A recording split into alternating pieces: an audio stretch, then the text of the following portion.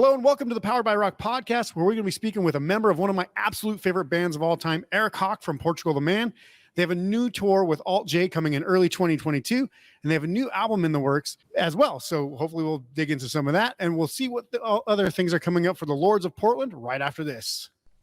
You're listening to the Powered by Rock podcast with your host, Isaac Kuhlman. The Powered by Rock podcast was created to help showcase some of the best rock musicians in the world and to pass on to future generations the rock music that has inspired rock fans around the world for decades. We want listeners to be able to hear great stories and life experiences directly from their favorite artists, as well as dig deeper into music theory and talk rock like no other show you've ever heard. This isn't about looking cool, it's about getting real and having a great time. Without further ado, let's start the show.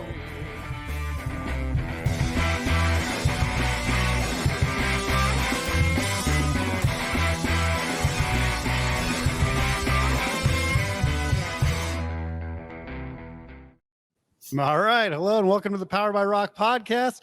So when I first thought about doing the Powered by Rock podcast, the very first band I actually attempted to contact was Portugal, the man. And I even got a response, but the timing a few months ago didn't quite work out. However, the moons have finally aligned, and now I'm absolutely stoked to be speaking with Eric, the lead guitarist from Portugal, the man, on the show today. It's an absolute pleasure to have you here, Eric. How are things going? What is up, Isaac? Thank you. You're too kind. I appreciate that.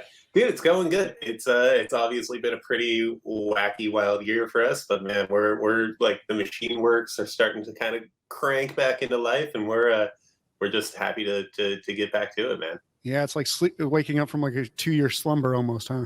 Inertia is a hell of a force, and it works two ways. And you know, when I look back on like, you know, especially the last handful of years leading up to the whole pandemic thing, just the amount of push and the win that we had in our sales with Feel It Still and all that stuff, you know, like we were doing more than a show a day for a while. If you break it down to like all the little like 3-song acoustic radio performances and kind of like exclusive performances and stuff, we were doing like 400 shows a year.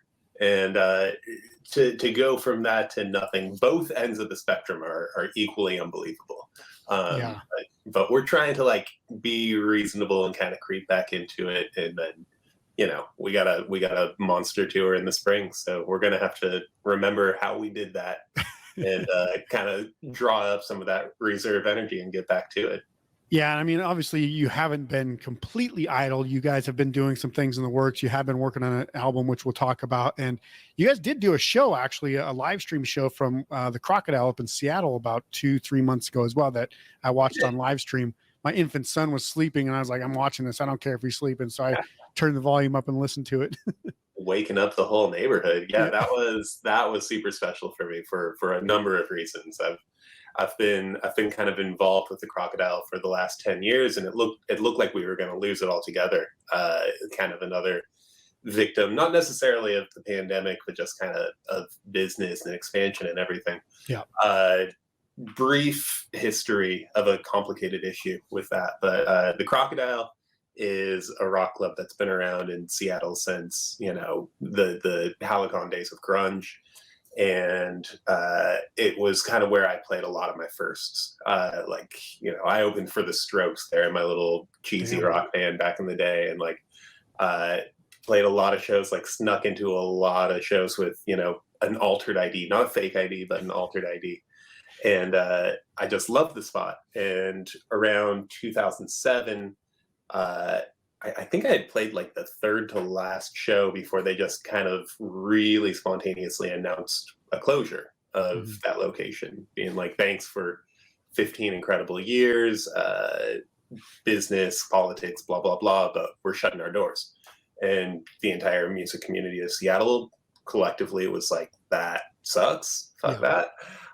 So I got to become part of this ownership group that came in and kind of saved it and rescued it, rebuilt the stage, redid the sound system, opened it back up. And things were great for a long time. And then, yeah, like right around the start of the pandemic, it kind of coalesced with when our lease was going to be up on that space. And we had been leasing it, that business had been leasing that building for 25, 30 years. So we were like, yeah, maybe it's time to like make a big boy offer and like come in. So we got it evaluated. We got like evaluation on the spot. We came in way above that, offered them, you know, a suitcase full of money. Like we want it. And they told us to kick rocks. They were like, nah, this is Seattle real estate is ridiculous. You can't have it, and we're not renewing your lease. So now we were in a super bad spot. And by pure providence of luck, just, you know, right when we started putting the press releases out, like, thanks again for another 10 years, blah, blah, blah, this new space landed into our lap. And that's the spot, the crocodile spot that you saw on the live stream. Yeah.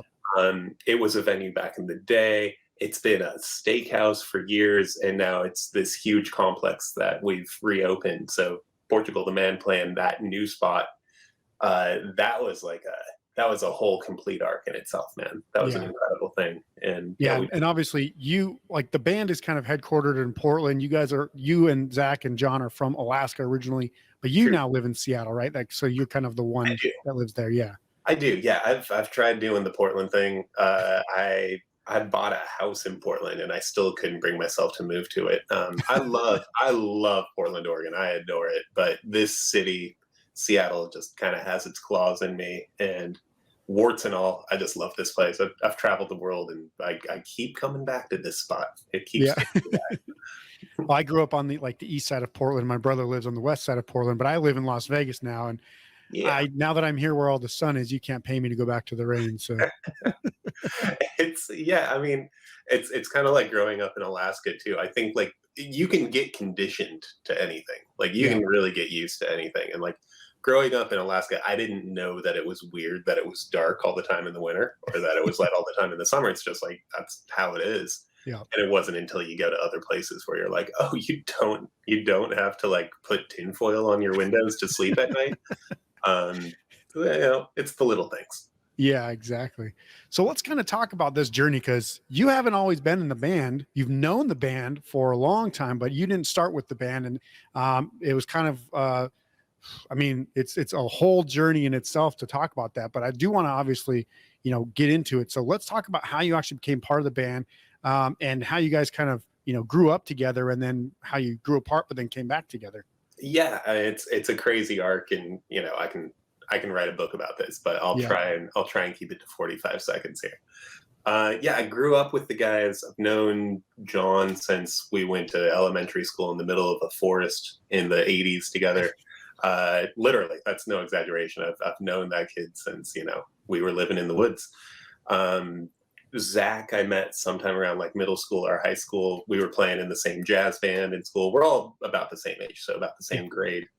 And I like my first real live performances were with Zach's punk band that he had in high school, which still has one of the greatest band names of all time, Dependable Letdowns. Try and beat it, man. I don't know. It's kind of unfuckwithable.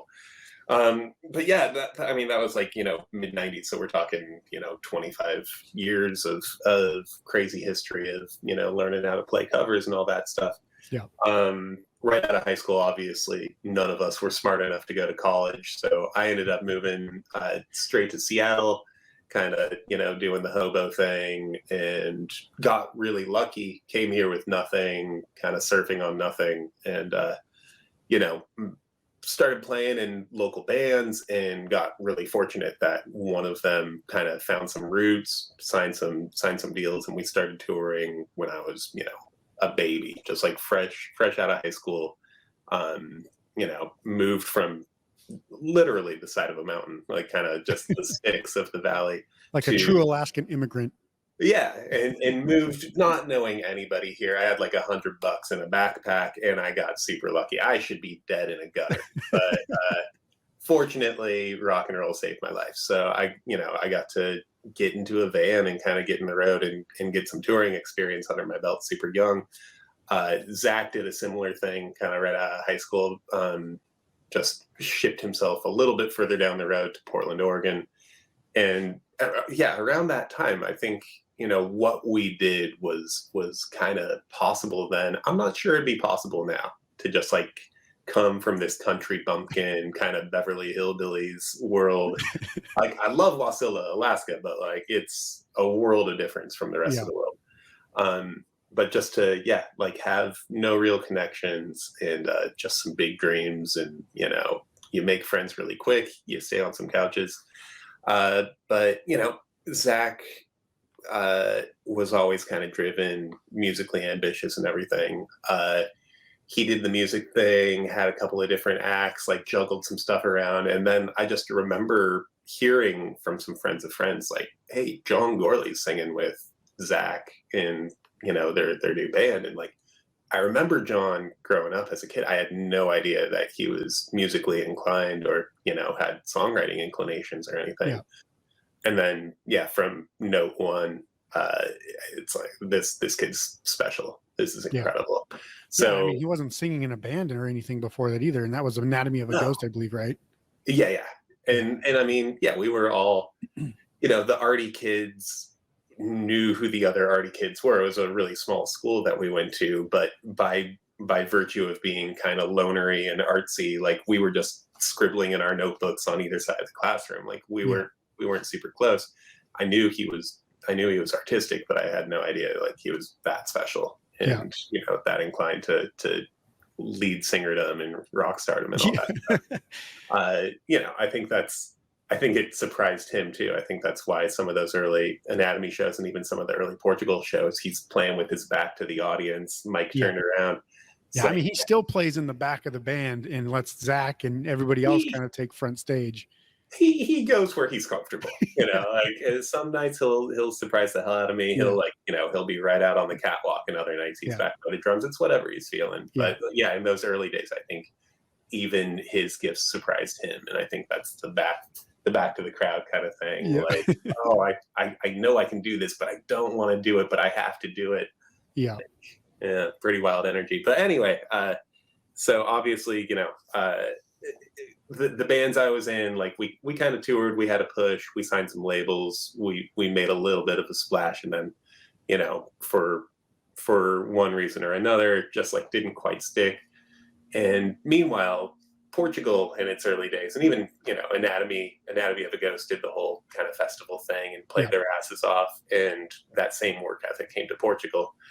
And, you know, even kind of being, you know, a friendly observer of the band, it's clear to anybody, like, oh yeah, this is different. Like these guys are broke, you know, playing for no money, just grinding, and straight out of the gate just playing, you know, 150 shows a year.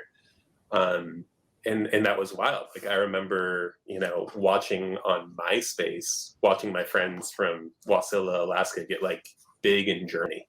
Yeah, like, holy smokes, man, look at them go. So it was always kind of clear to me that the work ethic was there, the drive was there, you know, the tunes were there, the aesthetic, like the whole thing was very cool. And then, you know, as my band's kind of fizzling out and a couple other projects that I was playing in weren't really doing much, you know, Portugal's got an album under their belt and they're recording new stuff, I think up here, kind of around here, that would eventually be Church Mouth. Mm-hmm. And we kind of started talking about maybe me joining the band, which was very cool. So this is like 2006, 2007. Yep. Some of those talks started happening. My schedule kind of gets cleared out. I'm still sort of playing shows with this other band, but, you know, not doing much. And then kind of fluke situation happened where I fell at a friend's, you know, party, basically into a hole, and I got myself paralyzed, which is a whole different story, but basically it hit the brakes on a lot of stuff. And, you know, touring on a shoestring budget in a van definitely seemed like, you know, we're going to table that. That's a conversation for another time. So, you know, I'm figuring out kind of how to like navigate the life that I'm in. Meanwhile, Portugal's still going, you know, and one record after another, they're putting out an album a year and just touring their asses off. And I'm rooting for them the whole time.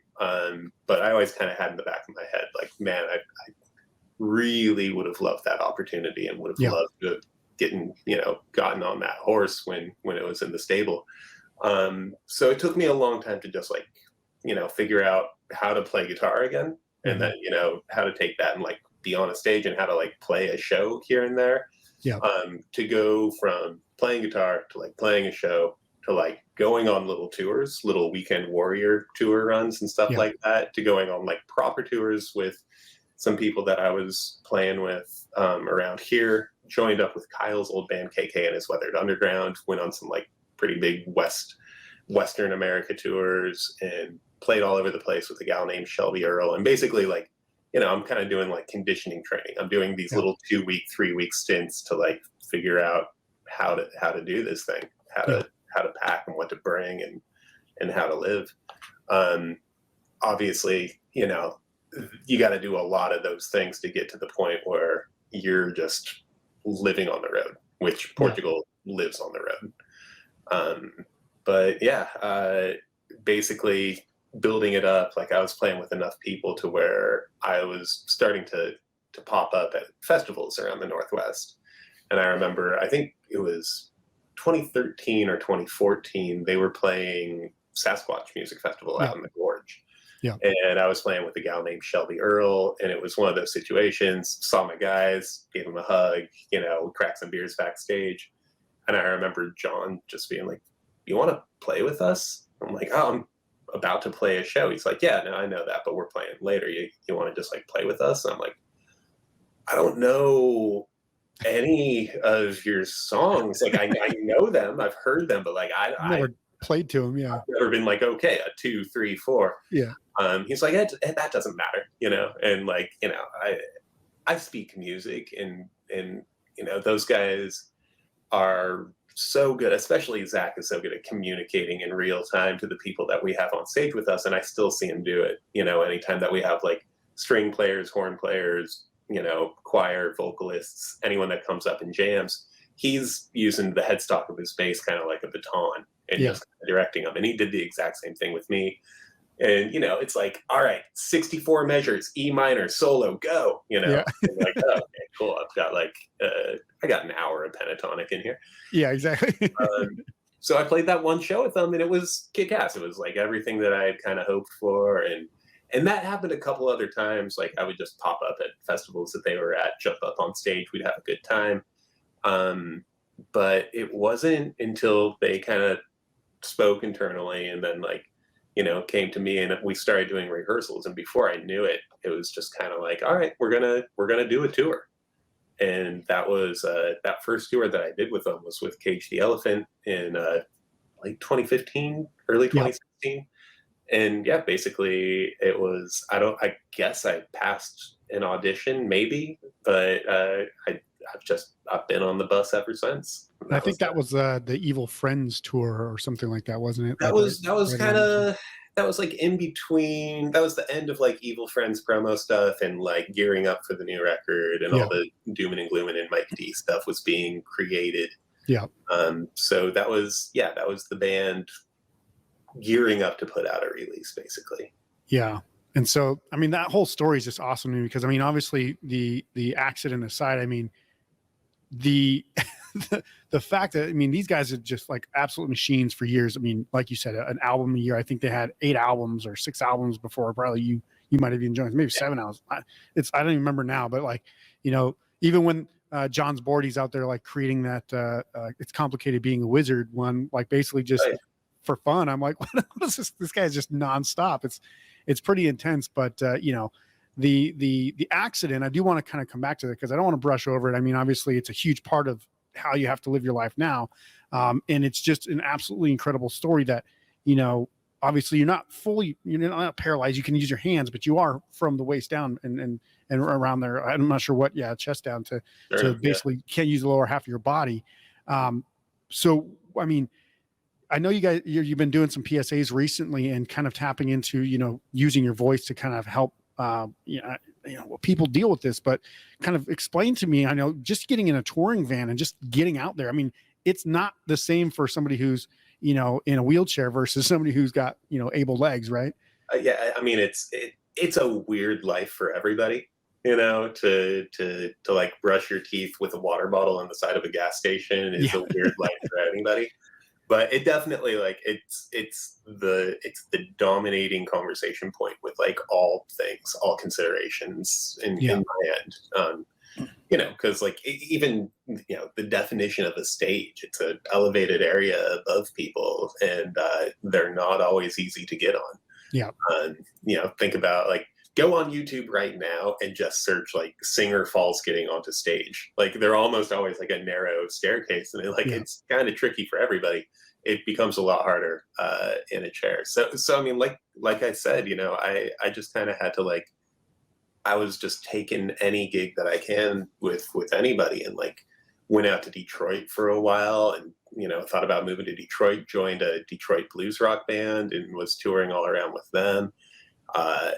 But in the early days, it was definitely like I tried to kind of make things as easy as I could. So like taught myself how to drive, got my license, got a car, and I just started following Tour X while playing guitar, while traveling in my car and staying at hotels and stuff. Because that was like, you know, rather than like get shipped into this bus or, you know, van or like sleeping on floors, at least like maybe I can afford to stay at some ratty hotels and like drive myself every night.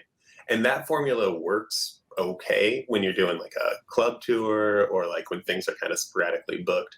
Yeah. And I did that for the first Portugal tour. I just chased the bus and like, you know, had some gear in my back and was driving in my little hatchback across the country.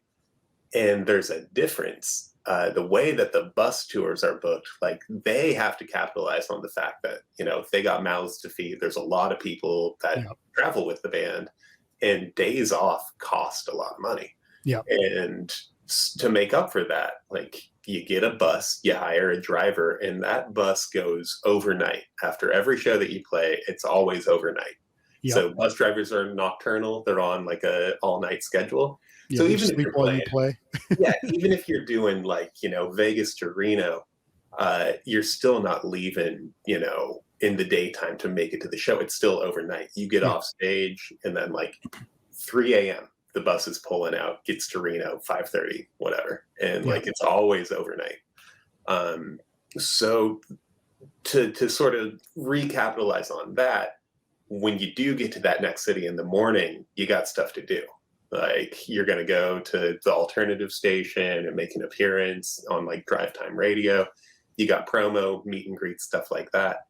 So when you add in, you know, driving thousands of miles across the country, you know, I'd try and like go to a Days Inn, sleep for a couple hours, get in my car and, you know, haul ass to the next thing. Yeah. It worked for like a tour, and it nearly killed me. And the second tour that I tried to do it, like I think I made it 5 shows in. I ended up ditching my car in a parking garage in Vegas, and just like, I'm like, fuck it, lift me on the bus. I'm done with this. Because I mean, it is like a whole nother full-time job, and it's kind of like the biggest asshole job in the entire touring thing. Is just like, you know, logistics and travel and driving. Yeah, even to like ask a friend to help. I mean, that's a big ask. Yeah, no. So I ditched my car. I think it was in the Hard Rock parking lot in Vegas, and just, you know, parked in a handicap spot on the roof. And when I came back 3 months later, it was covered in sand and dust. People had like drawn dicks in the window in the dust. But it was still there. It had like 1 billion parking tickets on it. I was like, funny. Hell yeah. Like, they didn't impound it, huh? That's pretty impressive. I think that tour ended in like Montreal, so I had to fly back to Vegas, you know, Uber, try and remember where I parked months ago, and just got to the car, came around that corner and just saw it covered in shit. I'm like, oh, thank God. But that was the last time I even considered driving myself on a tour like that. Cause you know, you're delirious enough. There's so many times where you wake up, kind of shake the sleep out of your eye, open up the door of the tour bus, and you're like, I have no idea what city I'm in. Yeah. But when you're looking at atlases and coordinating schedule and like booking days in and like going to truck stops and stuff, it's just a whole nother level. Yeah. Yeah. And that's, I mean, it's impressive that you were able to even get, you know, 1.5 tours or whatever in like that, because I mean, yeah, you play till like midnight. You're going to be obviously like 11 p.m. and then you're obviously hanging out, trying to wind down. You're not going to sleep right after that. I mean, you're probably sleeping from like 6 a.m. until showtime, basically, because you're so drained. Yeah, but that 6 in the morning thing was like when I was trying to get on the road and start driving again. And yeah, that's like you'd sit there, you'd force yourself to try and like at least close your eyes for a while, but the adrenaline and everything Yeah. would come down, especially on that first tour. I mean, that was getting thrown into a new thing. And my first tour out with them was with Cage the Elephant headlining, and we're playing arenas, Yeah. So like I'm going from playing like little dive bars and shitholes to, maybe 100 kind of half interested people to like thousands of screaming, fans. I'm like, holy shit, this is I was actually there at the Hard Rock when you guys played the Joint back in 2015 or 16 or whatever. Yeah. Yeah. Dude, that was a kick-ass show. That was I think that was the one where I left my car. Yeah. You should have let me know. I'd have just taken it home and parked it in front of my house for you. Dude, I mean, yeah, no, I was I had like our assistant TM at the time, just like basically follow me to a bar. He like jumped in the car with me. We drove up to a parking garage, left it, went back to the bus. I'm like, lift me up, get me up there, and that was it. Cool. So I had actually asked you before this, and you haven't been able to find the award, but you guys actually did win an award from our company for the 2020 Song of the Year for Who's Going to Stop Me. So I finally want to say congratulations, because I haven't been able to speak to you guys about it since January, whenever I actually, sent it to you guys. I don't think it's maybe as prestigious as the Grammy you have, but I think it means something to me anyway. No, you slid into my DMs earlier and you were asking about that. And like I was saying, man, I'm sure that we have it. And it's one of those things that maybe went from management to singer and it's on a mantle somewhere. Yeah. But thank you. Yeah. Like, greatly appreciate it. And the second that I see it, I'm gonna do a selfie with it. I'm gonna text you, and the gratitude will be full circle. But Sounds good. that does mean a lot, especially for that song. Like that song was special for a number of reasons. Obviously, boyhood idol Weird Al Yankovic, who was like one of the few national touring acts to make it up to Anchorage when we were growing up. Nice. He was one of the guys that was like, I have to play Alaska. So he's like, his mission is to like play every civilized piece of the earth and maybe even Mars and the moon when they get civilized. Dude, I love that. And that's something that a lot of high caliber artists forget, is like, that's why you're doing this whole thing. It's like the travel and to expose yourself to as many cultures and get your music to as many ears as you can. And Weird Al did it. So to work with the hardest working man in show business and make a piece of art that, all speaks to our hearts and matters a lot to us, it's huge. Thank you. Yeah. And obviously for people who haven't seen the video or know anything about the song, it's obviously dealing with the land back movement and obviously the Portugal the Man Foundation and everything about, native rights and everything like that. So it's literally, it was like this close between Eternal Summer by the Strokes and Who's Gonna Stop Me by Portugal the Man. And I was like, oh man, it's Portugal the Man. So that's what my thought process was when I went into presenting that award to you guys. But you guys have made amazing music for years, and that one was just like, in the time when you couldn't really get a new album, at least we got something that was very cool in that time period. Yeah, and I mean, we were, that was something that snuck out of some sessions that we had been working on, because we've made a hell of a lot of music, but it hasn't grabbed hold or hasn't stuck in some capacities, to where it's like, oh, this is part of like a bigger thing. This is part of an album. But Who's Gonna Stop Me is one of those things that was clearly special. And we got Weird Al to be a little less weird and a little serious. That's like one of the few things where Weird Al has like played it, not hilariously. Yeah. Obviously his personality is still in the track, and it's like watching Robin Williams do a serious role. It's like you almost want to laugh just because he's in it, but you're like, he's so gripping when you watch him. It's like they're not being funny, but you just know who that person is. That's a perfect example. And nothing shatters your emotional glass more than Robin Williams, saying it's not your fault, Will. Yeah, exactly. It's not your fault. He's like, hold on, what's in my eye? All of a sudden. Yeah. Oh my God, it's hitting me. And I mean, it's like Weird Al's a perfect example of that same kind of thing, where it's like he's funny because he's emoting to you, and because he's so good at transmitting, this kind of goofy pathos over. So when he flips the switch and he gets serious about it, like, yeah, it'll rip your soul right out. It's unbelievable. Exactly. Well, let's go into a little bit more of a topical note. You guys were recently seen in an episode of It's Always Sunny in Philadelphia sitting behind the gang while watching the release of what was supposed to be Lethal Weapon 7, but I think was ultimately called White Savior by the actor Don Cheadle.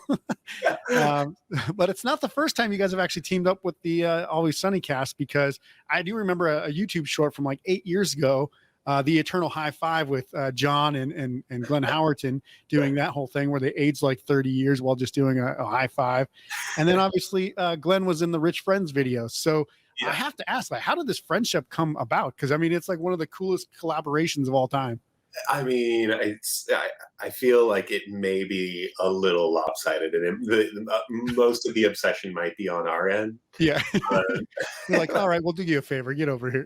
Yeah, I think if you knock on the door enough times, eventually someone's going to be like, what do you want? You know? Yeah. But I mean, those guys are just the funniest and the smartest. And that show is incredible. And we've gotten to do some other things with them. We got to come out to the premiere in downtown LA for, I think, forget which season it was, but basically got to come out, and Rob was kind of acting as MC at, I think, Mann's Chinese Theater in Hollywood. Yeah. And the last couple of years, It's Always Sunny has been debuting the first at least couple of episodes of the new season, right out of the can. Like, here's what we've been working on. And with that, it was a few of them. And, Rob came out, and it's, LA premiere situation. So there's the red carpet and everyone's kind of gussied up. And he basically came out and grabbed the mic and took the piss out of everything. He's just like, all you industry people and like all you kind of, you people that like got dressed up to be here and like, this is your glitzy Hollywood moment. This isn't for you. Like, we ended up giving away 500 tickets to this premiere to hardcore fans, and fans, can you call yourselves out? And the whole place erupted. He's like, those people, it's for those guys. It's not for you wearing the ties and everything. He's like, they're the ones that know every episode, every character. They're the ones that are going to be clapping, and you're going to be looking around trying to figure out what they think is funny. It's because they watched the show. But he did end it with being like, if you are one of these people that are wearing the tie and you haven't watched the show in like 10 years, don't worry about it. You're still completely caught up, because the characters haven't learned anything. There's been no development. There's been no lessons learned. You could come in only having watched season 1 and jump right into the new episodes and be like, oh, yeah, it's the same show. Yeah. There might be a little bit more classified in their degeneration, but they are definitely never learn their lesson. There's always a scam coming up with, there's a scheme around the corner from them all. There's always something. And like the nuances get a little bit more specified, but basically lessons never get learned. Art never get completed. And I think that's the beauty of the show. And that speaks to us from especially from like a touring kind of thing or a musician kind of thing, because it's the same deal. We keep doing, our shows on whatever level it is, whether it's playing the American Music Awards or like, playing like a dive bar or a club or a pop-up show. Like, we're still kind of bringing the same energy, because we only kind of know how to do our thing the way that we do. Yeah. So did it just kind of start by like, hey, reach out, email them, see what happens, and then hopefully they'll come back to us? Yeah, we're fans. Yeah. And we're like, this is the funniest show on TV right now, and these guys are clearly the smartest heads working in Hollywood. So it was respect, and then I think it was a bit of mutual respect, and we're gonna keep knocking on their door and see who answers, because they're awesome. They're the best. I actually remember like around that same time as that Eternal High Five, John did like a little cold call to John Legend. Did you ever see that YouTube video? I remember hearing about it. I've never seen that. That was so awkward, and you could tell it was legit, because like John Legend had no idea who John was, and John's just like, hey, I was supposed to call you, like my management told me to get a hold of you, and he's like, who are you? It's so funny. But I just remember that, and I'm like, I wonder if he was just like doing this, like it's almost like a prank, but it wasn't. I think he legitimately wanted to like talk to John Legend, and John Legend's like, well, thanks for like hanging out and we'll see you later. But it was on YouTube, and I was like, that's hilarious. But yeah, you get in enough of these rooms, and eventually like you'll collect some phone numbers, and famous person phone roulette is really a delightful thing. If you've never done it, find like a touring band and be like, who do you got in your phone? Who do we have right now? And I'll bet there's some folks in there. That's interesting. Now, just as another one, you guys are kind of tied to Damian Lillard of the Portland Trailblazers. Is that kind of just a team fandom thing, and then you guys just reached out to him, or? That's Portland, and that's the biggest rock star in Portland. You know, Damian Lillard is he's a superstar. He's on a level that we haven't seen in sports in a long time, man. And he reps that city so hard, and we try and rep that city so hard, and you know, like I love my Blazers. I tweet a lot of those games. I tweet at them. We get kind of like a little bit of interaction and love and stuff, but like we also love coming to the games and repping, and you know, those things getting pulled together kind of started with just the Blazers organization, and you know, we did some promo stuff for them.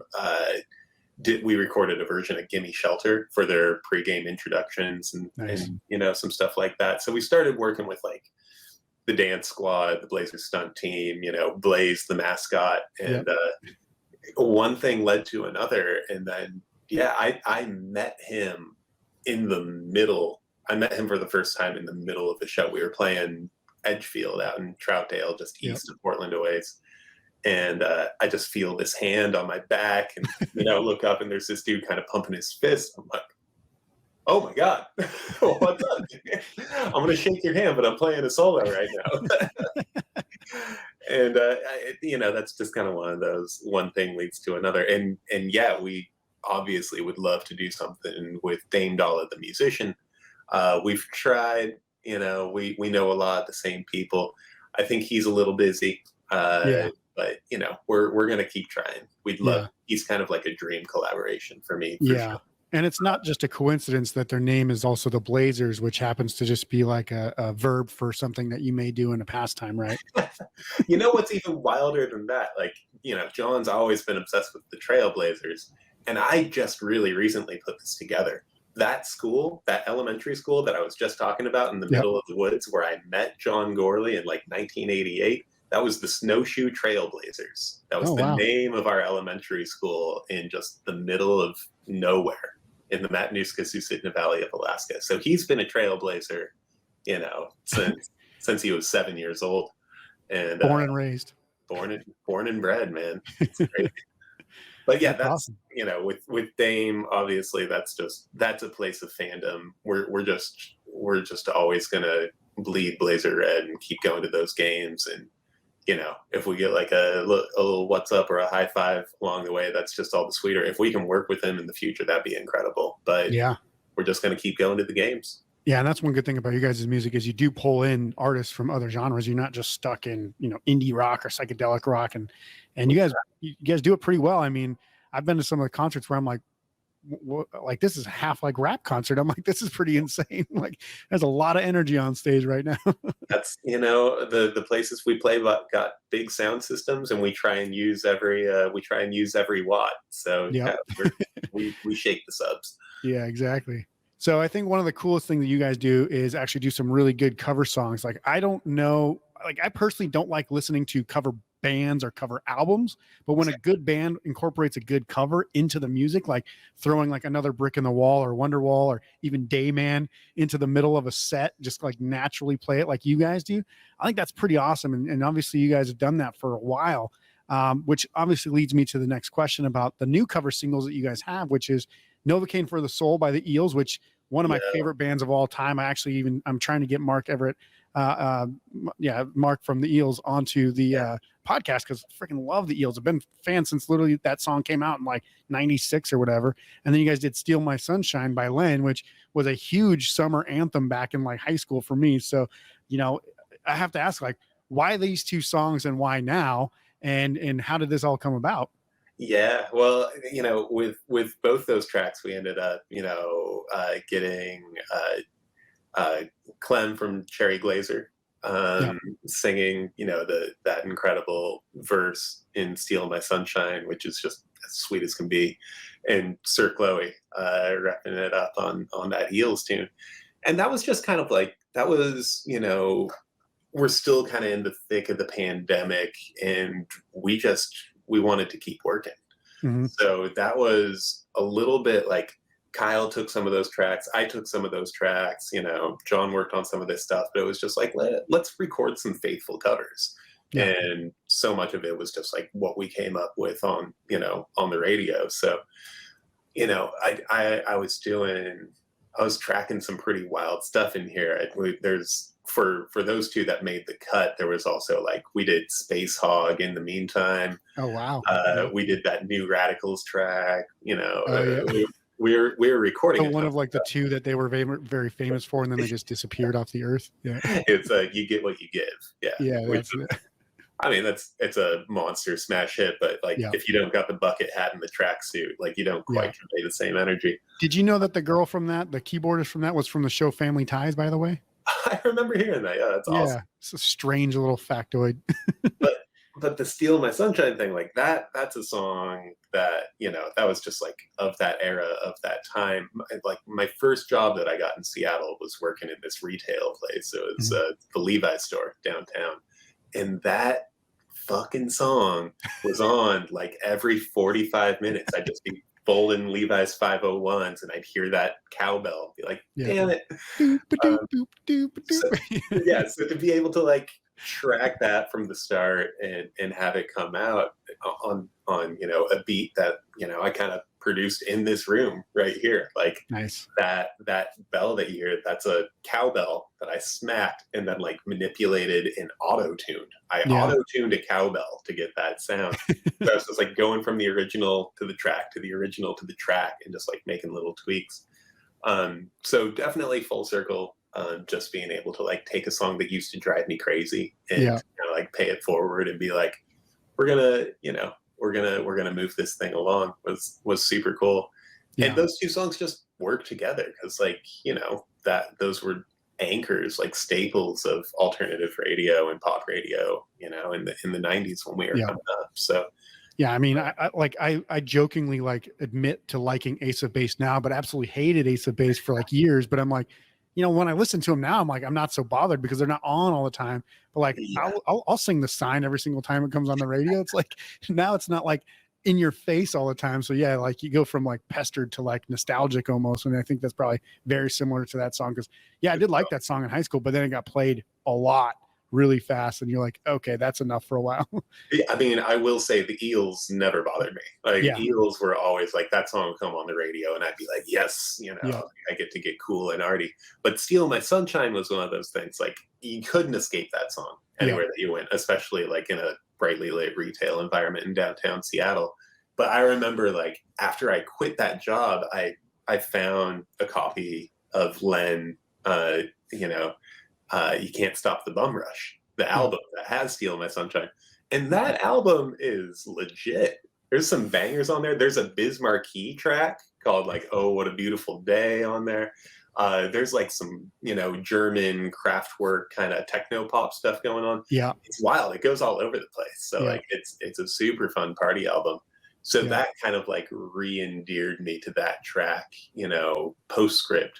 So then to like go from that, especially like when you're at a party where Steal My Sunshine comes on, I'm like, dude, do you know the rest of the like deep tracks on this? Yeah. Like, stop that. Like, no, we just want to listen to Steal My Sunshine. We didn't bother.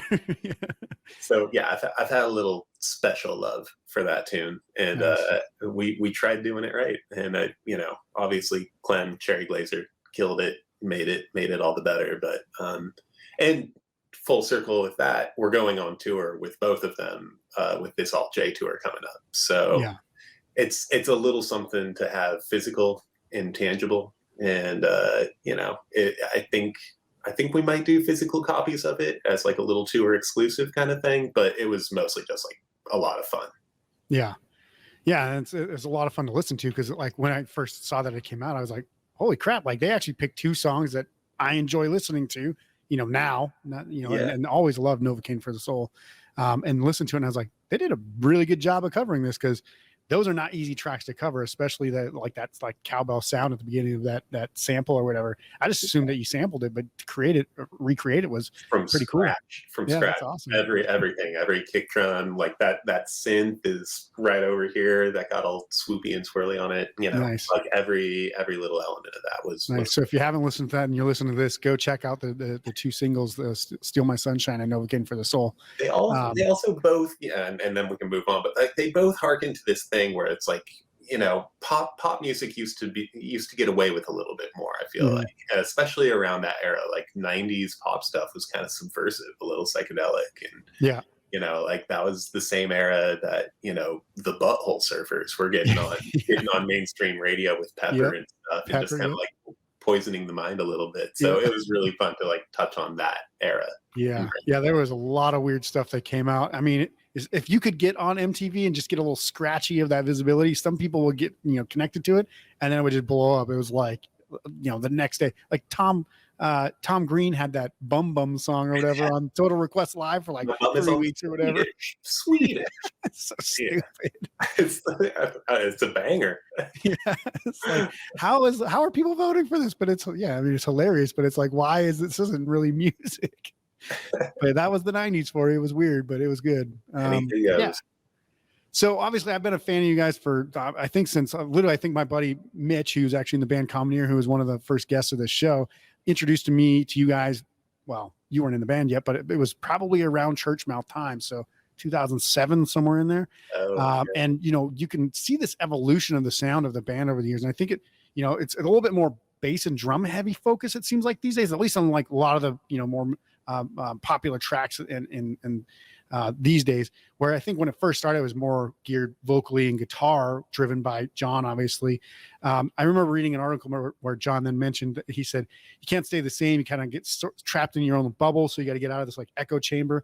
Cause you know, in Portland, everybody knows each other and knows all the bands, and they kind of all just kind of play the same sound. So he obviously wanted to expand that out, but I'm curious, like, how do you guys go about writing music that keeps evolving and growing while still trying to maintain like an overall sound that you guys come to naturally play over the years? It's just kind of whatever suits the song, whatever fits the mood, you know, like the stuff that we're working on right now is kind of going back maybe even further than that, where there's a lot of Hammond organ and like really cool guitar tones and great drums. And like, it's definitely like, you know, an earthier, vibier kind of thing. Obviously when we were doing stuff with Danger Mouse and Mike D, it was kind of like the production secrets and the tools that are in the room. But it's always just kind of like, you know, if a sound happens and the reaction within the room is strong to it, then that's something to chase. Yeah. And, you know, that's just something that comes out of options. But then, you know, you go the other way with it, and that bass tone on Feel It Still, that's, you know, that was just something that John was plunking around with on a little 60s bass that was in the room. Now that's, I know with Get Back and the Beatles thing coming out, like everyone's looking at Paul McCartney playing that 60s Hofner.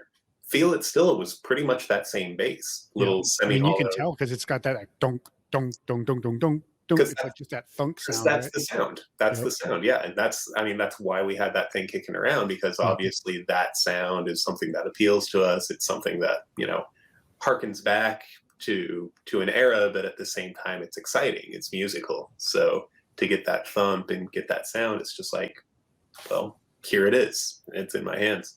Yeah. While we're on that topic, I do have to ask who did that little lead, that little scale, that did you come up with that? No, that's John. Yeah. That's like one of the coolest little guitarists I've ever heard in a song. I you know, we all kind of took stabs at the hook, but like that's just something that's undeniable and in the head. And I've gotten to play it live 1,000 times, and it's always like, ooh, here it comes, here it comes, here it comes. You know, like it's an exciting, cool, rad little run. Yeah. Cool. Another big thing I want to talk about is obviously bring up you guys' social and political activism, especially for the rights of land for Indigenous people in the United States and Canada. Can you tell me a little bit about like the Portugal the Man Foundation, what it stands for, and how people get involved in helping change things for the better? Yeah, PTM Foundation was something that, you know, again, really got to take flight while we were off the road. So start of pandemic happened, and like we were just getting this thing off the road, and it started with things that we had kind of learned and picked up on tour. Obviously growing up close to the Alaskan Native population up there, we felt like day-to-day life was maybe better informed up there in terms of, indigenous representation. And it's around us, and like we would learn about it in school, and it was something that was, presented and present and around you all the time. You know that there's villages and representatives and well-informed voices all around where you can kind of learn about this stuff.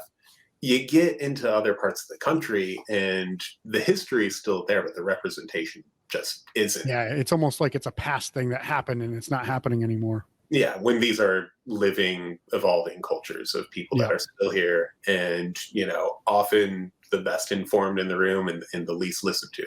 Yeah. So this is something that got reignited in us when we were on tour in Australia. We were doing like a whole Australian kind of loop-de-loop tour. We were down there for a while.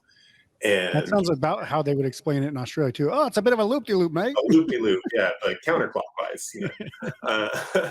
So it was one of those places where, one of those things where we were playing some pretty remote spots, and we learned from our touring photographer, who's Australian countryman, that there's sort of a way that recognition exists down there that doesn't necessarily exist anywhere else, but down there it's very kind of organized, and they call it Welcome to Country.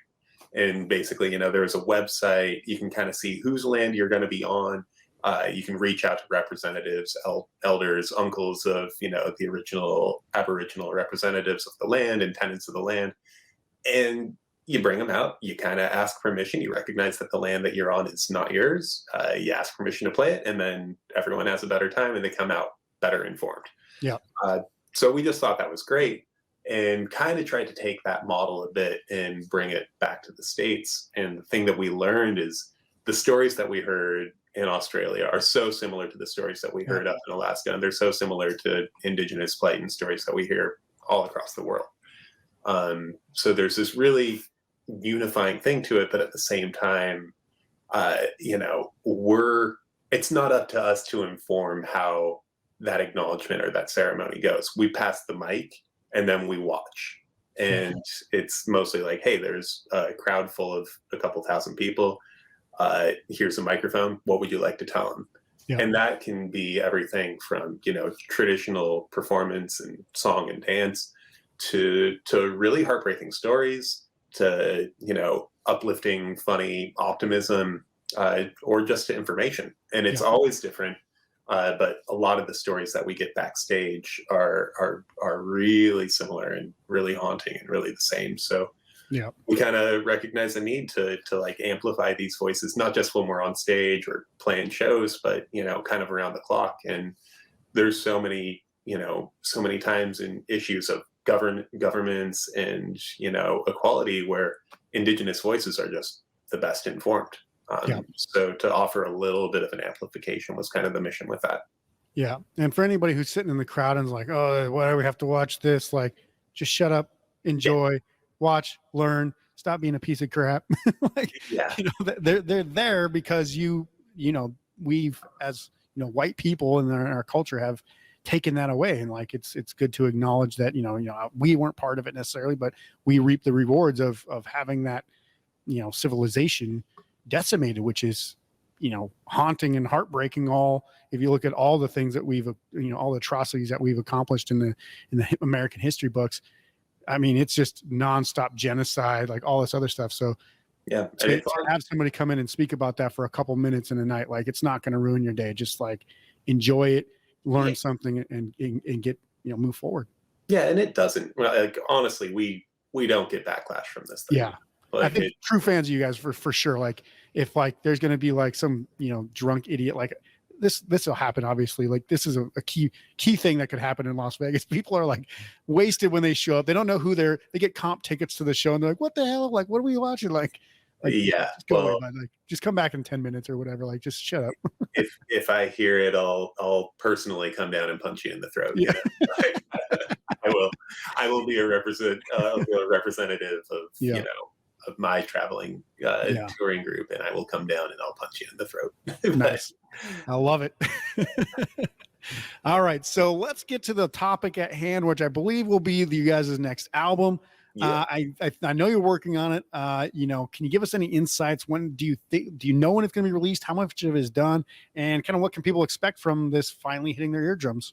It feels done, man. It's, we've been working a long time, and we've been creating music since the second that Woodstock was shipped and, getting out. We started working on stuff, and we've recorded things all around the world.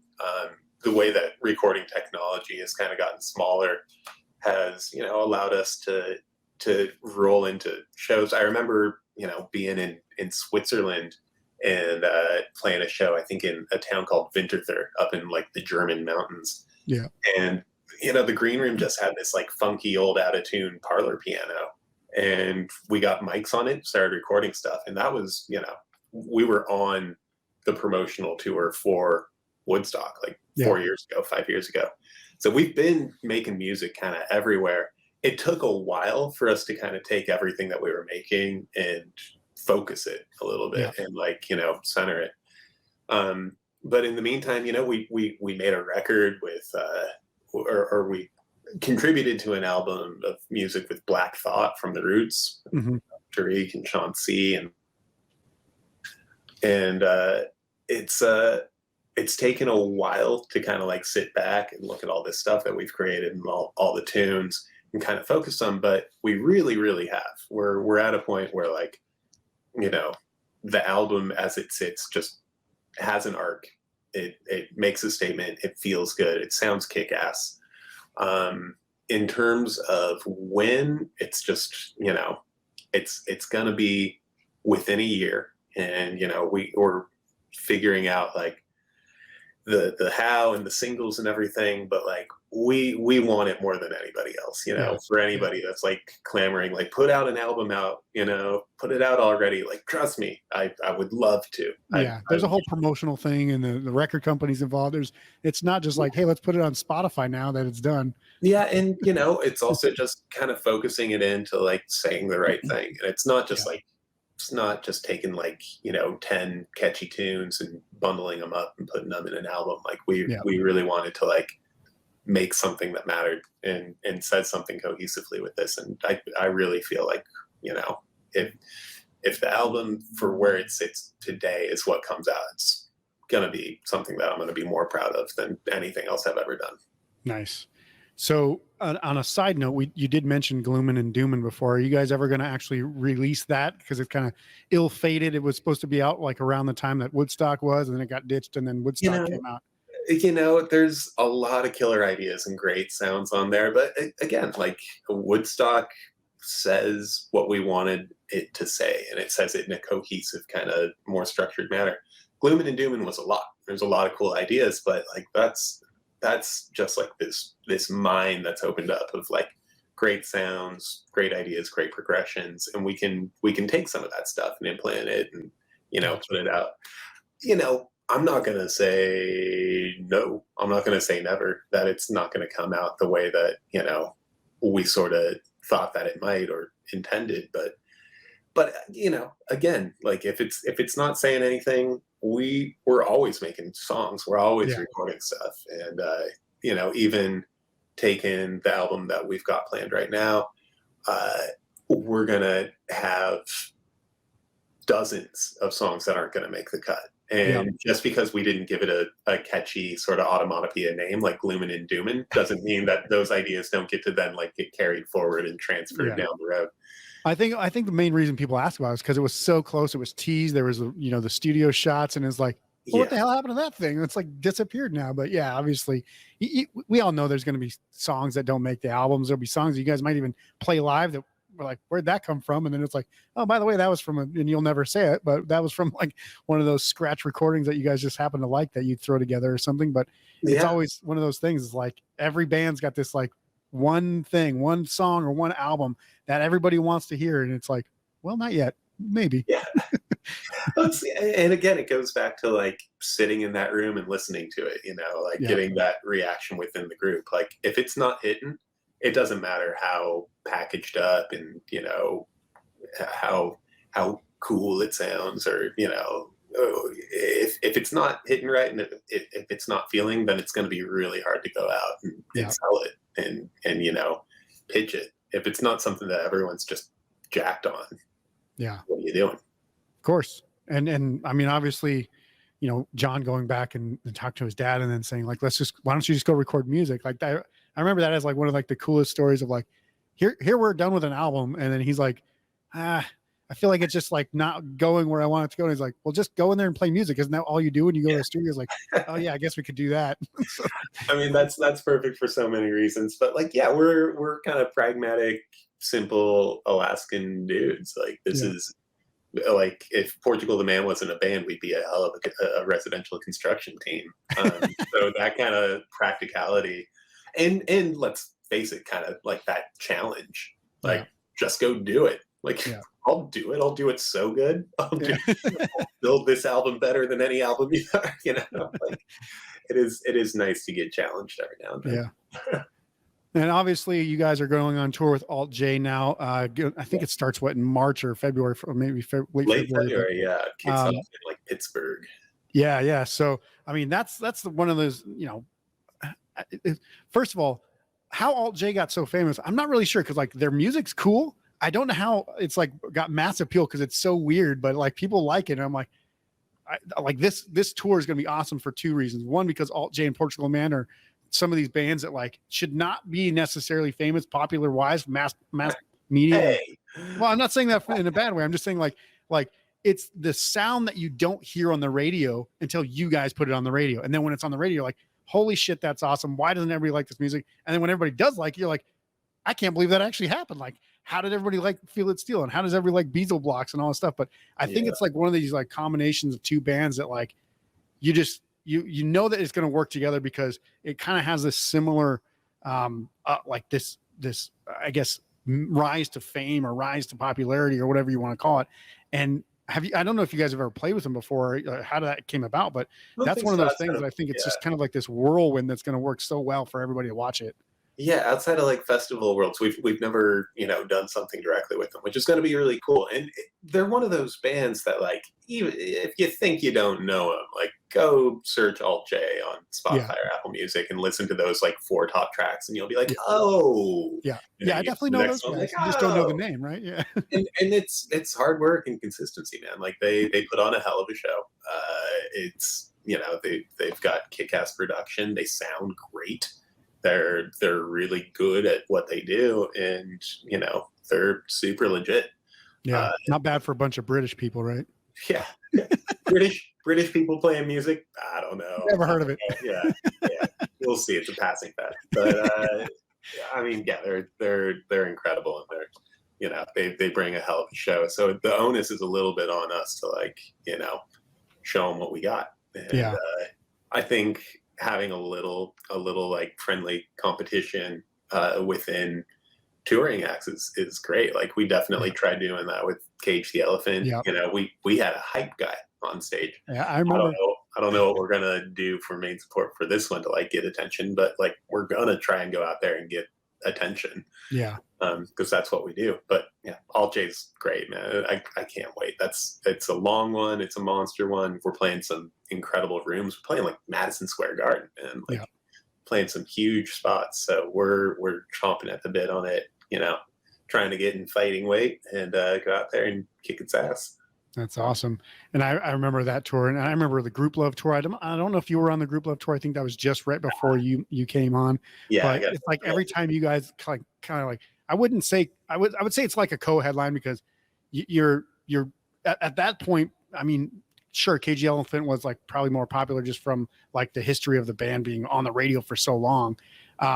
But you guys had rose to a point where it was almost like a co-headlining tour, because when you guys came on stage, people were going absolutely nuts for you guys just as much as Cage the Elephant. And the same thing with Group Love. And I expect the same thing for Alt J. I mean, you guys, I would feel intimidated as a headliner having you guys come before me. I'd be like, oh, these guys are going to go out there and kill it. Like I saw Minus the Bear and Cursive open for them, and I was like, damn, Cursive is a hell of a opener for Minus the Bear. And I'm like, that's a pretty bold move to have those two bands like together, just like when anybody is headlining with you guys. Yeah, but I mean, I'm sure that, you know, they wanted cursive because like the best bands want to be pushed, you know, and Yeah. like we want to be pushed, and it's not competition. It's just like let's melt brains Yep, in our yep. way, and then you guys go melt brains in your way, and yeah, it's gonna be kick ass. And like, you know, this is an alt J tour, but we're still gonna go out there and catch as many fish in their pond as we can. Yeah. Yeah. And that's awesome. I mean, I can't wait to see what 2022 comes. I mean, obviously with a new album that comes out in 2022, this tour that comes out, I'll be there at the Virgin Hotel here in Las Vegas to watch you guys. Yep. I see even bigger things happening for Portugal the Man this year than has already happened. So other than that, would you like, we're going to add some links to the music and other stuff in the show notes below. Do you have anything else that you'd like to plug, upcoming shows or anything, or anything you want to say to fans before we go today? No, I mean, we, you know, PTM and Alt J, I think there's a whole website dedicated. Figure out where we're going to be in your town and come party, because we're hungry to get back out on it. And yeah, I mean, we try and lay out our advocacy for not just Indigenous rights, but, you know, disability rights, human rights. A lot of our advocacy lives at the PTM Foundation. So that's all at ptmfoundation.org. If you could link to it, I'd be much obliged. For sure. Absolutely. Definitely will. Right. Awesome. And I want to thank you, Eric, for the awesome conversation today. If you guys haven't checked out their music yet, you guys are insane. But there will be links below this show or below this episode in the show notes there. So make sure to go check it out. Been one of my favorite bands for years and years. If you like what you heard on the show today, please make sure to subscribe to the podcast and share it with your friends on social media. You can see the full interview on our YouTube channel as well. Also, if you want to check out some of our written content or any of the products or merch that we have available, go to poweredbyrock.com to read our absolutely free rocking blog full of album reviews, interviews, and lists to keep you entertained. And find our gear as well so you can come pick up some items to play and look like a rock legend. That's our show for today. We'll see you soon for the next episode. Until then, rock on.